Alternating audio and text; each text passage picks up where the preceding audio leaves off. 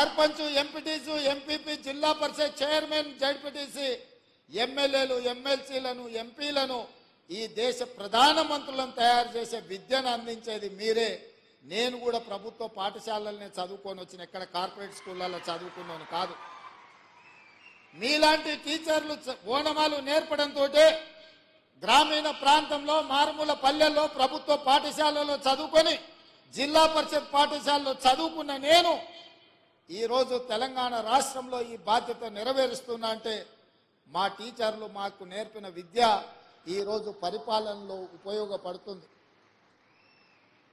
నేను కార్పొరేట్ స్కూల్లో చదువుకోలే, లేకపోతే గుంటూరులోనో గుడివాడలోనో అసలే చదువుకోలే. కొంతమంది అప్పుడప్పుడు గుంటూరు గుడివాడలు చదువుకొచ్చిన వాళ్ళు ముఖ్యమంత్రి గారికి ఇంగ్లీష్ రాదని అవహేళన చేస్తుంటారు.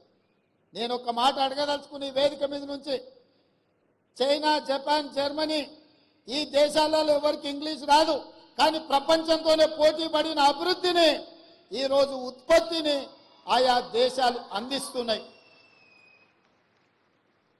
ఇంగ్లీష్ అనేది ఒక భాష ప్రపంచంలో ఉద్యోగ ఉపాధి అవకాశాలు దొరకడానికి ఉపయోగపడుతుంది. ఆనాడు ఆ రోజు ఆ పాఠశాలలో ఉన్న వసతులను బట్టి మాకు గురువులు నేర్పించిన చదువు మేము నేర్చుకున్నాము. ఈరోజు మీకు నా సూచన, ప్రతి విద్యార్థికి ప్రపంచంలో ఉద్యోగ ఉపాధి అవకాశాలు వచ్చే ఇంగ్లీష్ భాషను కూడా మీరు నేర్పండి. ఎవరో రేపు భవిష్యత్తులో ఈ పిల్లలకు, మీ దగ్గర చదువుకున్న పిల్లలకు ఇంగ్లీష్ రాదని అవహేళన చేసే పరిస్థితులు రావద్దు. వాళ్లకు ఖచ్చితంగా మంచి భాషను, మంచి భావాన్ని, దేశభక్తిని పెంపొందించే విధంగా వాళ్ళకి విద్యాబుద్ధులు నేర్పండి. రాష్ట్రం పట్ల, దేశం పట్ల, ఈ సమాజం పట్ల సామాజిక స్పృహ ఉండే విద్యార్థులను తయారు చేయండి. ఈ దేశానికి వాళ్ళే రేపటి నాయకులు అవుతారు, రేపటి పాలకులు అవుతారు. రేపటి నాయకులను, రేపటి పాలకులను తయారు చేసే బాధ్యత మీ మీద ఉన్నది. ఇది గురుతరమైన బాధ్యత, గురువు బాధ్యత అని చెప్పి నేను సంపూర్ణంగా విశ్వసిస్తున్నా. ఈరోజు రాష్ట్రంలో గురుకుల పాఠశాలలు ఇచ్చినా అంటున్నాడు. ఎస్సీ, ఎస్టీ, మైనారిటీ, ఓబీసీ గురుకుల పాఠశాలలు ఇచ్చినా అని అంటున్నారు గత పాలకులు. నేను అడుగుతున్న, ఎవరికైనా ఎక్కడైనా మౌలిక వసతులు ఉన్నాయా? అక్కడో ఇక్కడో పిట్టగూళ్ళలోనో పోల్ట్రీ ఫాముల్లోనో ఈ పిల్లలు చదువుకునే పరిస్థితులు కల్పించారు.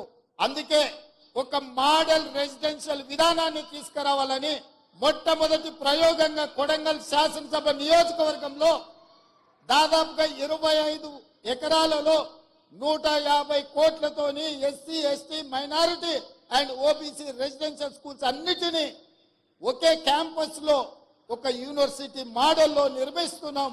ఎకరాలలో మైదానాన్ని తయారు చేసి క్రీడా ప్రాంగణాన్ని అందించడం ద్వారా మానసికంగా, శారీరకంగా ఆ విద్యార్థులు రాటుదేలాలి, ఈ సమాజానికి ఉపయోగపడాలి అన్న ఆలోచన మేము చేస్తున్నాం.